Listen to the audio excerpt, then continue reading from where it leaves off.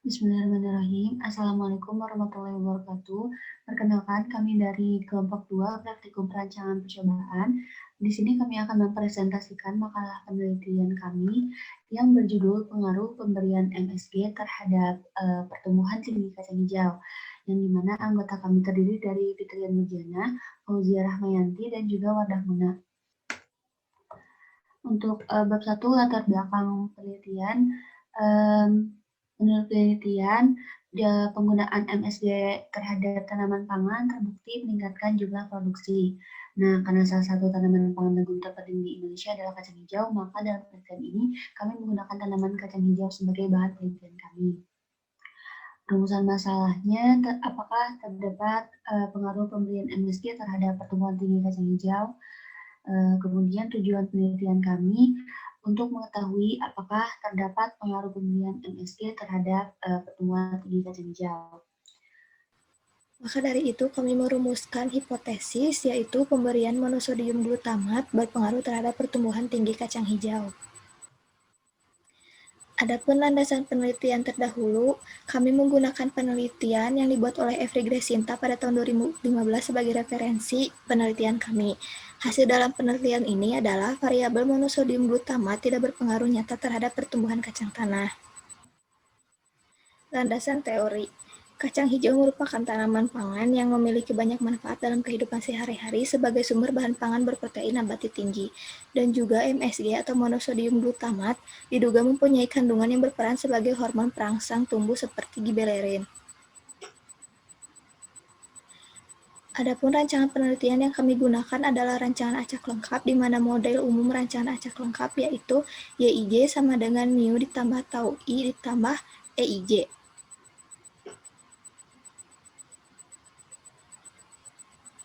Lokasi penelitian kami yaitu bertempat di Jalan Pagarsi, Bandung.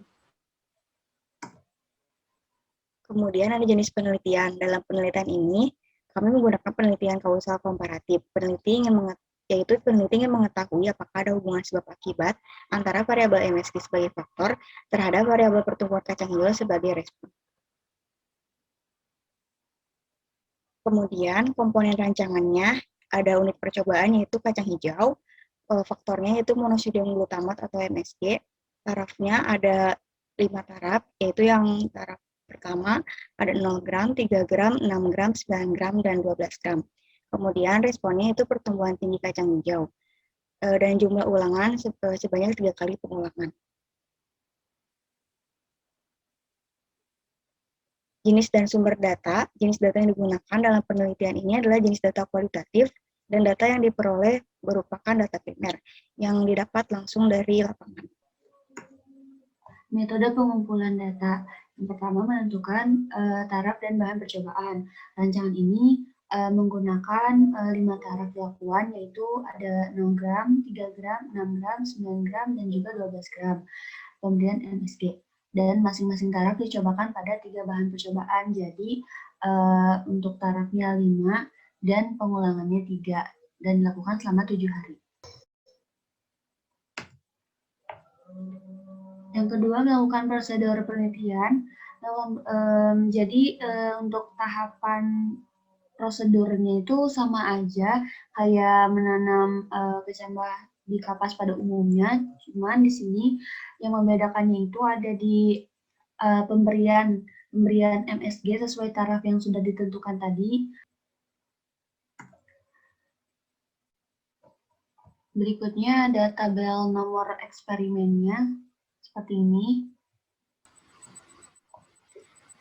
Dan berikut merupakan tabel urutan pengacakan, di mana pengacakan kami lakukan dengan menggunakan software Excel. Langkah pengerjaan dan dokumentasi.